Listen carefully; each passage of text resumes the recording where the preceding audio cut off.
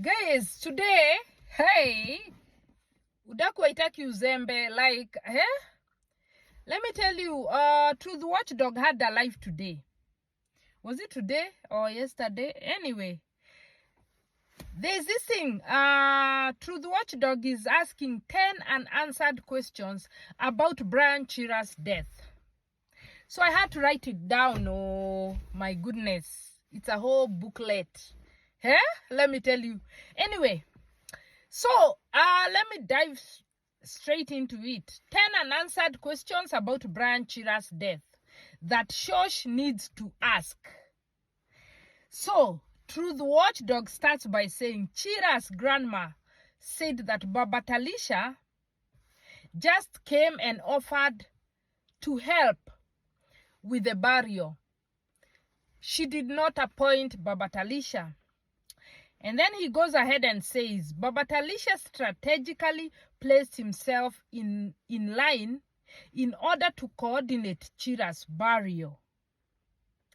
Chira's death had a motive, with Vincent being there to keep track of Brian Chira on that fateful day, the whole day. Like, the whole day, Vincent kept track of Chira. Even playing games with him. Remember on the interview, there's a place where Vincent says they played a game or something. And then Vincent and Eric knew each other. Remember, there were 3 people we heard of: Warrior, Vincent, and Vinny. And Eric, yeah. So Baba T says the missing phone that Shosho is asking for. Remember, Chira's grandma is asking for the phone. Remember, we were being told Chira had how many phones? 3. 3 of them. And they are all missing. So, Babati says, at first, he said he had the phone. And then later, he said the phone got lost. A good guy, and then Babati said, the phone has a good guy who he can call anytime to bring it and return it. So, Truth Watchdog goes ahead and says, they organized where Chira would be, so Momanyi would come pick him up and finish the work. And then Truth Watchdog says, Babati said Momanyi was just a helper to Chira. Momanyi is the one who went for the interview. If you want to see the interview, it's on Presenter Ali. Remember, after the death, Momanyi went and, he said he witnessed Chira being knocked by a canter, by a car, by a motorbike, by a, yeah. Anyway, Truth Watchdog says, Momanyi said Chira never had fare and was running away when he was asked by the motorbike rider to pay. So, when he was running away is when, Momanyi says, is when Chira got into the accident and got hit. And then, Truth Watchdog says, Momanyi called the motorbike guy for a ride to give Chira a lift. So, it means Chira was alive when the motorbike came. But 1 hour later, the motorbike was called by Momanyi again, with Chira lying on the floor, lifeless. So, what happened between that time when the motorbike guy dropped them off, when Chira was alive, and now that he has passed on?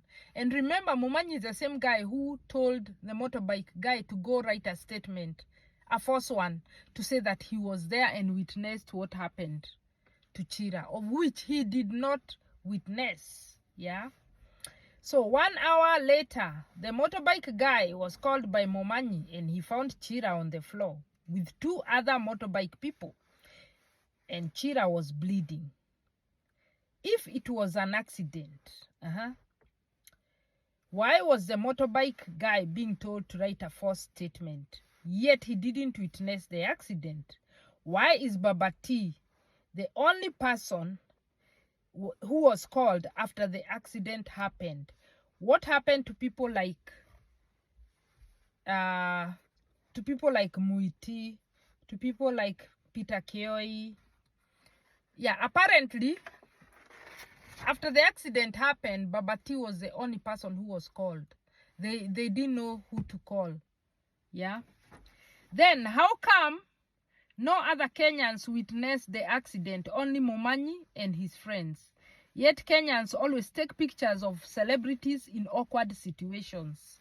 So, Truth Watchdog is asking, Kenyans are always on their phone, you know.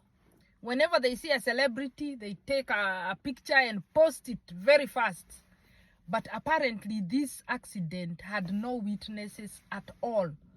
Momanyi and his friends were the only witnesses, and the pictures that were taken were sent straight to Babatalisha.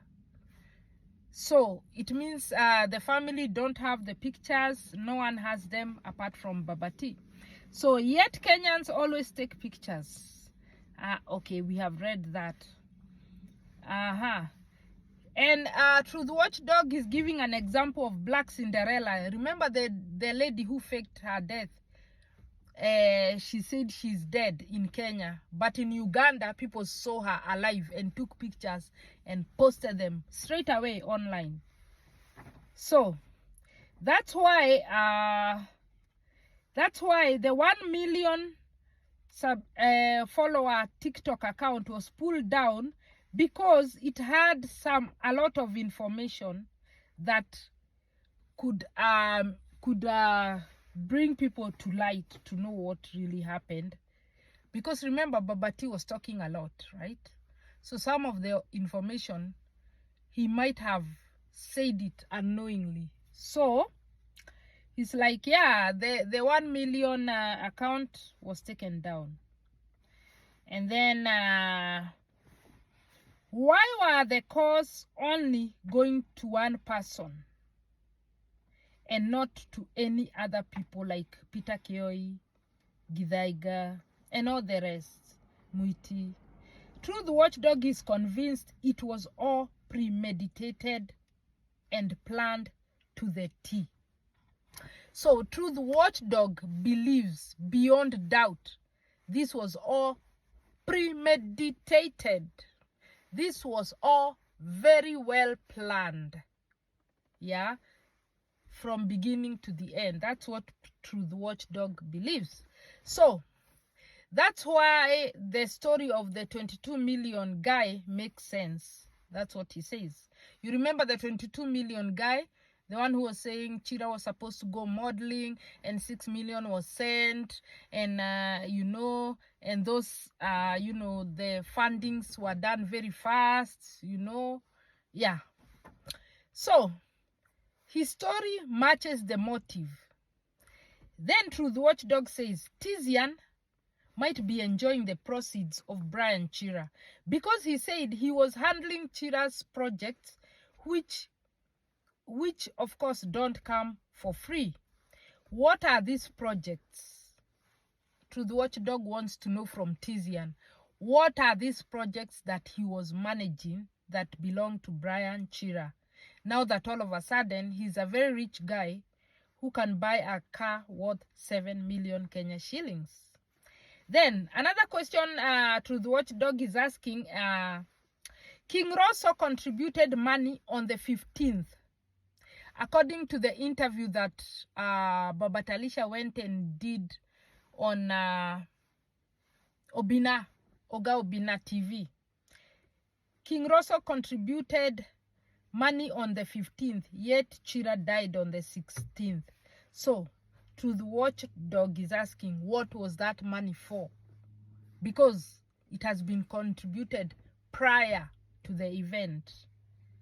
Why are the dates not matching? Not forgetting that by that date, there was no pay bill yet. By the time King Rosso is giving the money, there was no pay bill. The pay bill date was on the 19th. There were discrepancies in the figures of the money in and out. If you handed over everything, how come you got hold of the statements. Well, I will make a part 2 because it's already